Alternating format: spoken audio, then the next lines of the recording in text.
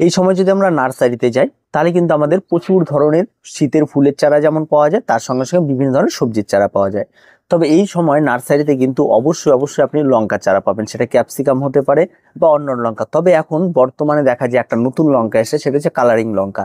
এই কালারিং লঙ্কার যেটা একটা বৈশিষ্ট্য দেখা যায়, গাছে প্রচুর পরিমাণে ফুল আসে এবং প্রচুর পরিমাণে ফলন হয়। আর তার সঙ্গে সঙ্গে গাছ কিন্তু অনেক বড় হবে তেমনটা হয় না, গাছ খুব একটা বেশি বাড়ে না, গাছ খুব ছোট থাকে এবং ছোট থেকে লঙ্কা দিয়ে যায়। তবে এই লঙ্কাগুলি কিনতে গেলে অন্তত 6 থেকে 7 টাকার মধ্যেই পাওয়া যায় চারা। লঙ্কাগুলি কালারিং হলেও বেশিরভাগ ক্ষেত্রে লঙ্কাগুলি কালার থাকে, হোয়াইটের মধ্যে থাকে, কিছু কিছু ভায়োলেট থাকে। আর তার সঙ্গে সঙ্গে সাইজের ব্যাপার দেখলে কোনোটা লম্বাটে হয়ে থাকে, কোনোটা গোল হয়ে থাকে, ঠিক আছে, কোনোটা আবার একটু মিডিয়াম সাইজের হয়ে থাকে, এই ধরনের হয়ে থাকে। তো এই লঙ্কাগুলি কিন্তু লাগানো খুব সহজ। এই লঙ্কার ফুল আসবে কি আসবে না এমনটা কোনো বিষয় নয়, মানে এতটাই উন্নত প্রজাতির একটি লঙ্কা যে লঙ্কাটি প্রত্যেকে করতে পারবে, অন্তত প্রত্যেকের ছাদ বাগানে কিন্তু এই লঙ্কা হবে। আর তার জন্য আপনাকে যেটা করতে হবে সেটা হচ্ছে টব নির্বাচন। মিনিমাম 6 ইঞ্চি মাপের টব নিন আর 8 ইঞ্চি মাপের টব নিন, এই দুটোর মধ্যে করলেই হবে।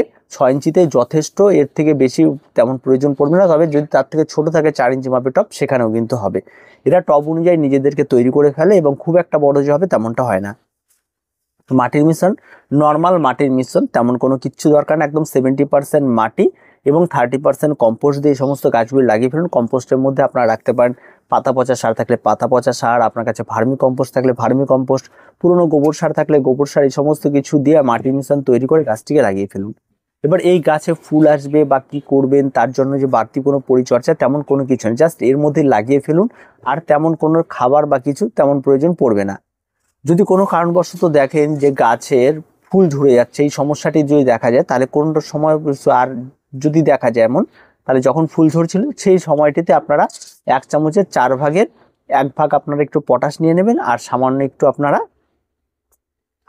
ফসফেট নিয়ে নেবেন, ওই একই পরিমাণ নেবেন। এই দুটো নিয়ে গাছের দূর দিয়ে একটু ব্যবহার করে দেবেন, তাহলে দেখবেন এই যে ফুল ঝরে যাওয়ার ব্যাপারটা সেটা তো থাকবেই না, তার সঙ্গে সঙ্গে গাছে প্রত্যেকটা ফুল ফলে পরিণত হবে। আর এটা কিন্তু এই পটাশ এবং ফসফেট এই দুটোই কিন্তু গাছের ফুল ফল ধারণের জন্য একটা গুরুত্বপূর্ণ। পটাশ যেমন ফল ধরাতে একটা গুরুত্বপূর্ণ ভূমিকা পালন করে, আর তার সঙ্গে সঙ্গে ফসফেট হচ্ছে মাটিতে রুট সিস্টেমটাকে খুব ভালো করে। যার জন্য কিন্তু দুটো যদি ঠিকঠাক থাকে কিন্তু গাছের ফলন কিন্তু সর্বাধিক পাওয়া যায়। আর এই গাছ লাগালে যে সমস্যাটি দেখা যায় সেটা হচ্ছে রোগ পোকামাকড়ের। সবার প্রথমে আপনার মাকড়ের আক্রমণ ঘটে, পাতা কুঁকড়ে যায়, এই সমস্যাটি দেখা দিতে পারে, তবে খুব কম।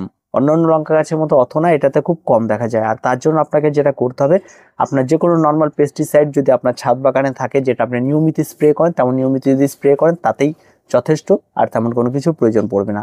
আর ফাঙ্গাল আক্রমণ এই সমস্ত গাছে একেবারে নেই বললেই চলে। আর তাছাড়া তো নিয়মিত আপনি ফাঙ্গাল অ্যান্টিফাঙ্গাল স্প্রে আপনাকে করতে হবে, সেটা আপনি করে দিলেই যথেষ্ট।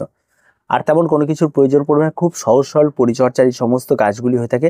প্রত্যেকে করুন, দেখবেন লঙ্কা যখন হবে দেখার মতো হবে। অবশ্যই আমি আমার লঙ্কাগুলি কেমন হলো 4টে গাছ লাগাবো, যে কোনটা কোন ভ্যারাইটির হলো সেটা এখনই বোঝা যাবে না, লঙ্কা ধরার পর বোঝা যাবে, সেই সময় আপনাদের জানিয়ে দেবো।